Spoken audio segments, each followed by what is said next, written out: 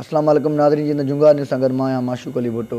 नाज़रीन तव्हांखे अॼु असीं अहिड़ी हिकिड़ी शख़्स सां मुलाक़ात कराईंदासीं जेके पूरे पाकिस्तान जी सक़ाफ़त खे उजागर करण जे लाइ अक़वाम मुतहिदा यूनाइटेड नेशन में हिकिड़ी क्लब क़ाइमु कई वई आहे जिते सिंधी सक़ाफ़त खे उजागर कयो पियो वञे ऐं साईं जन दासी तव्हांखे तारीफ़ पिणु कराईंदासीं ऐं साईं जन खे उते उन यूनाइटेड नेशन में प्रेसिडेंट जेको आहे मुंतख़िब कयो आहे। सिंधी नौजवान पहिरियों असांजे पाकिस्तान जे अंदरि इहा असां लाड़काणे वासियुनि जी ख़ुशनसीबी आहे ऐं पूरे पाकिस्तान जी ख़ुशनसीबी आहे जो असांजो पाकिस्तान ऐं असांजे सिंध ऐं वॾी फ़ख़ुर जी ॻाल्हि इहा त असांजे लाड़काणे शहर वासी जेको आहे उते प्रेसिडेंट जेको आहे मुंतख़िब कयो वियो आहे। उन सां असीं ॻाल्हि ॿोल कंदासीं, असीं तारीफ़ कराईंदासीं त MNA मरहूम मोहम्मद अयाज़ सुमरो जेको वज़ीर क़ानून पिणु रहियो ऐं उन्हनि जा जेको आहे बिरादर भाउ आहिनि नंढा मोहम्मद इरफान सुमरो।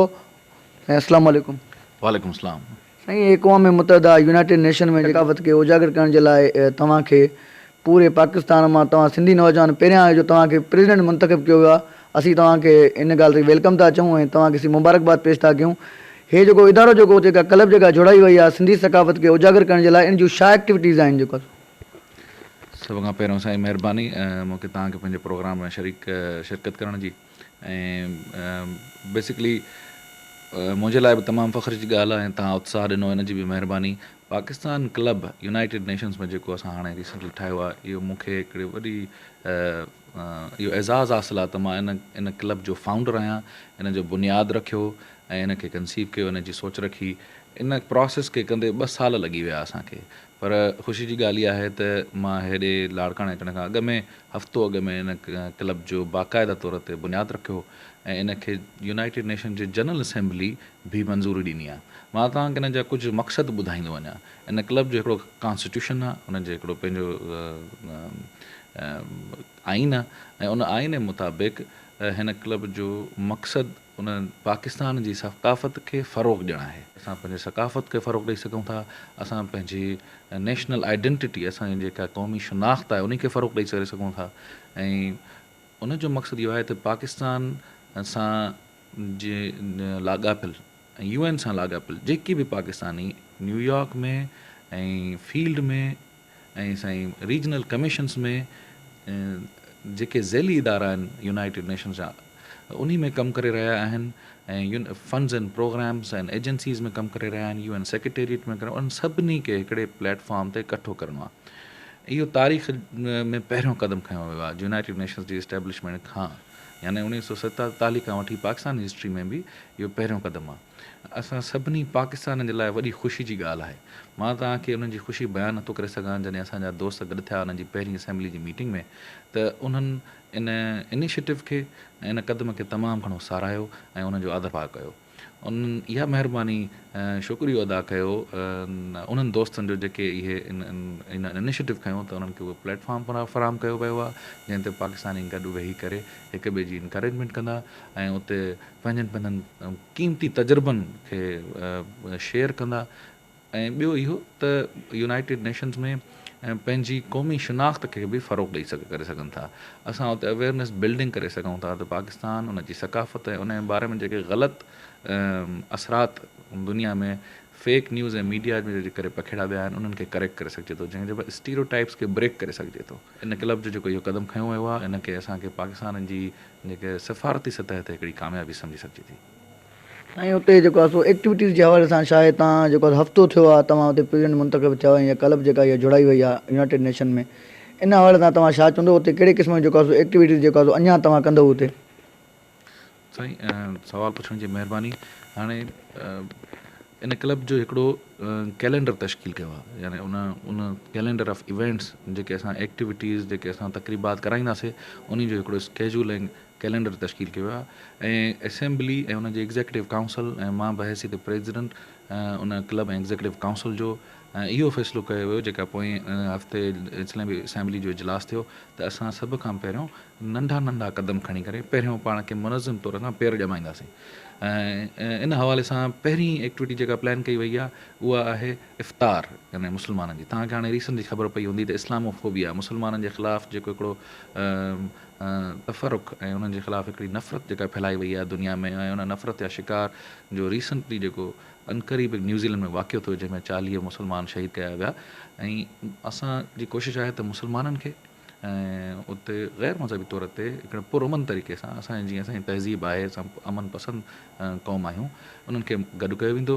उते इफ़्तार जो बंदोबस्तु कयो वेंदो ऐं इफ़्तार ते असां सेक्रेटरी जनरल खे मदू कंदासीं, असां उते जेके सफ़ारतकार आहिनि उन्हनि खे मदू कंदासीं ऐं उन्हनि खे अमन जो पैगाम दुनिया खे ॾियण जे लाइ हिकिड़ो प्लेटफॉर्म मुहैया कंदासीं। त हूअं त इहो अमन जो पैगाम यूनाइटेड नेशन ऐं ॿियनि फोरम ते थींदो रहंदो आहे, पर हिकिड़ो इनफॉर्मल इनिशिएटिव, पाकिस्तानी इनिशिएटिव, मुस्लमाननि जो इनिशिएटिव, सिंधियुनि जो इनिशिएटिव, उन्हनि जे प्लेटफॉर्म ते वेही करे इहो पैगाम जॾहिं वेंदो त इहा बि असांजे लाइ हिकिड़ी वॾी कामयाबी थींदी। उन खां बाद में असां ईद जो प्रोग्राम रखिबो ऐं छो त असां पाकिस्तानी आहियूं, असांखे पाकिस्तानी हुजण ते तमामु बेहद फ़ख़्रु आहे, नाज़ आहे ऐं असांजी कोशिशि आहे त पाकिस्तान जो नालो बैन अल-अक़वामी तौर ते रोशन कयो वञे। इन करे असां 14 अगस्त जे हवाले सां तक़रीब रखंदासीं। इन्हनि सभिनी तक़रीबनि खे जेके 3 तक़रीबूं तव्हां ॿुधायूं, इन्हनि जूं मुख़्तलिफ़ कमेटियूं जुड़ियूं वियूं आहिनि ऐं इहे कमेटियूं जेके इन प्लान खे, इन इवेंट खे अमली जामो पाराईंदियूं। साईं, तव्हां खां ॿियो सवाल इहो कंदासीं त तव्हां हिन वक़्तु जंहिं कामयाबी ते तव्हां पहुता आहियो त इन जो क्रेडिट तव्हां कंहिंखे ॾींदो? तव्हां ॾाढो बहितरीनु सुवालु कयो आहे ऐं इहो सुवालु अक्सर मूंखे सोचण ते मजबूर कंदो आहे। मुंहिंजी कामयाबी जेका हक़ीर कामयाबी आहे, मां हिनखे तमामु वॾी कामयाबी नथो सम्झां, ऐं छो त जेकी ज़िंदगी रही त मुंहिंजे ख़्यालु असुलु कामयाबी इहा आहे ज़रूरतमंद ऐं मोहताज ऐं जेके हक़दार माण्हू आहिनि उन्हनि जी ज़िंदगी ते तव्हांजी ज़िंदगी जो थोरो कहिड़ो असरु पवे थो, उहा असुलु कामयाबी हूंदी आहे। इहे जेके इनिशिएटिव्स खयां विया आहिनि, जंहिं पोज़ीशन ते मां वेठो आहियां, मूंखे लॻे थो त सिंध जो ऐं पाकिस्तान जो हर नौजवान इहे ॻाल्हियूं मुमकिन थी सघे थो।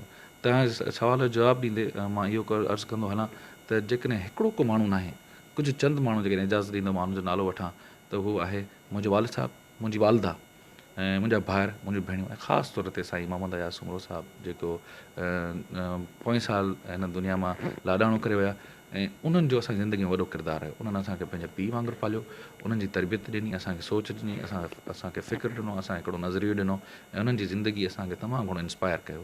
मां तव्हांखे हिकिड़ो मिसाल ॾींदो रहियां त हमेशह उन्हनि असांखे इहा नसीहत कई त पंहिंजो ॿूटो पाण ॿारियो पंहिंजो ऐं अपनी घोट त नशा थी वई। उन्हनि असांखे चयो त तव्हां पंहिंजी महिनत पाण कयो, मुआशरे में पंहिंजी जॻह पाण ठाहियो, ग़रीबनि सां असां छो त ग़रीब घराणे सां ख़ानदान सां तालुक़ु रखूं था, असांखे फ़ख़्रु त असां उस्ताद जा पुट आहियूं, माहिर क़ानून ऐं उन बहादुर शख़्सियत जो भाउ आहियां ऐं जंहिं न सिर्फ़ु मूंखे बल्कि सिंध जे सॼे नौजवाननि खे उत्साह ॾिनो।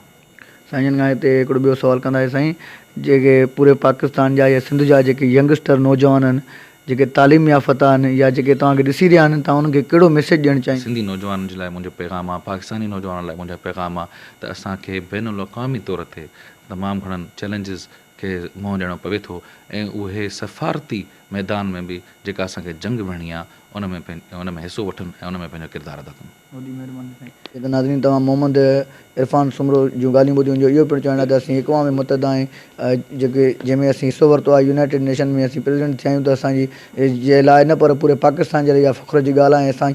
असीं पाकिस्तान जो नालो उजागर कंदासीं ऐं पाकिस्तान जे लाइ कमु कंदासीं ऐं असीं मोहबल वतन पाकिस्तानी आहियूं। हिन जो इहो पिणु चवणो त मोहम्मद अयाज़ सुमरो MNA मरहूम जेको हुयो, उहो तमामु ई सुठो इंसानु हुयो ऐं असांखे जेको आहे सुठी उन तरबियत कई ऐं असीं हिकु प्राइमरी टीचर जा जेको आहे असीं फर्ज़ंद हुयासीं। इंशाअल्लाह ताला असीं पाकिस्तान जे नाले रोशन करण में असीं पूरे पाकिस्तान वासियुनि खे इहा पिणु गुज़ारिश कंदासीं त जेके बि नौजवान आहिनि, जेके बि यंगस्टर आहिनि, उहे पंहिंजे मुल्क जे लाइ सोचनि ऐं सुठो किरदारु अदा कनि। कैमरामैन अली मशहूरी सां गॾु माशूक अली भुट्टो गिंदा इजाज़त, अल्लाह निगहबान। फर्म जी ॻाल्हि कंदुमि, अकल जी।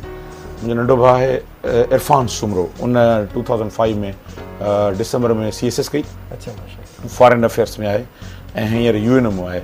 UN में 11 माण्हू सिलेक्ट थिया, 11 मां जेको हीउ बि थियो ऐं हिनखे जेको आहे सो उते UN में हींअर वॾी माशाअल्लाह हाईएस्ट पोस्ट आहे लाड़काणे जे मुल्क जे लिहाज़ सां, जेको उते UN में जेको आहे एडवाइज़र आहे इकोनॉमिक ते UN में वियो आहे।